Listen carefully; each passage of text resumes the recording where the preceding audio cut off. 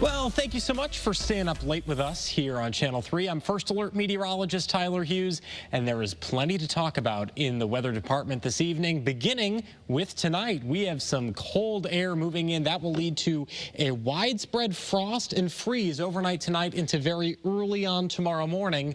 This week that we're leading into, we'll see some temperatures that are below average by at least a couple of degrees. Also dry for the first half of the week, but then as we head toward the back half of the week toward the holiday, we have some rain on the way. Thursday is a first alert weather day. More on that in a second. But we want to take you out to the tropics for an update on Hurricane Melissa. Now, Hurricane Melissa underwent what we call extreme rapid intensification over the weekend, a now Category 4 hurricane with maximum sustained winds of 145 miles per hour.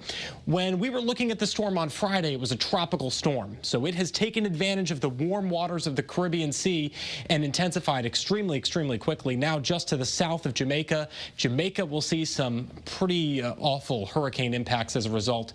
Cuba will as well. A slow-moving hurricane forecast to strengthen to a Category 5 by tomorrow.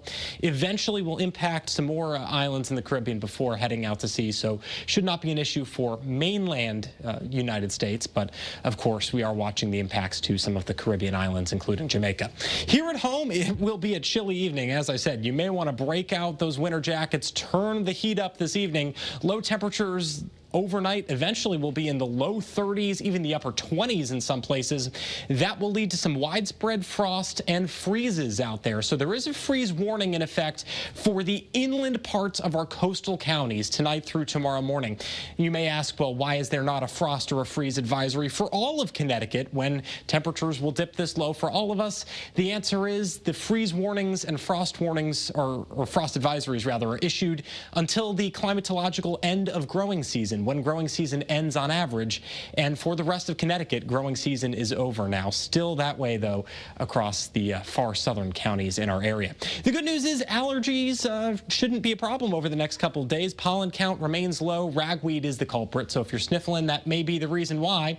And we stay mostly dry over the next couple of days. A bit of a breeze on Tuesday, and then Wednesday, maybe an isolated shower possible, especially across the eastern part of the state. But look at those temperatures. They are remaining well below average in the 50s for the most part. Once we get to Thursday, though, that is our first alert weather day. We're tracking a system that will bring some heavy rain late in the day Thursday into very early on Halloween. 1 to 2 inches of rainfall, not out of the question here, and 30-mile-per-hour wind gusts for Halloween as well. So we will be keeping a close eye on that. Now, we want to show you two of the models that we're looking at. This is the ECMWF, the European model, as it's commonly referred to, and this is the American model on the left-hand side. Just to show you, there's still a little bit of uncertainty on the exact timing. Thursday evening, the European model has heavy rain already over southern New England, while the American model just has rain starting to get into place. The American model also has rain hanging on just a little bit longer Halloween morning. The European model pushes that rainfall farther out, and it does look like we'll see just a few isolated showers for early on Halloween morning. Here's that 7-day forecast, and reminding you, we also fall back this weekend, Saturday into Sunday, the end of daylight saving time. Amanda.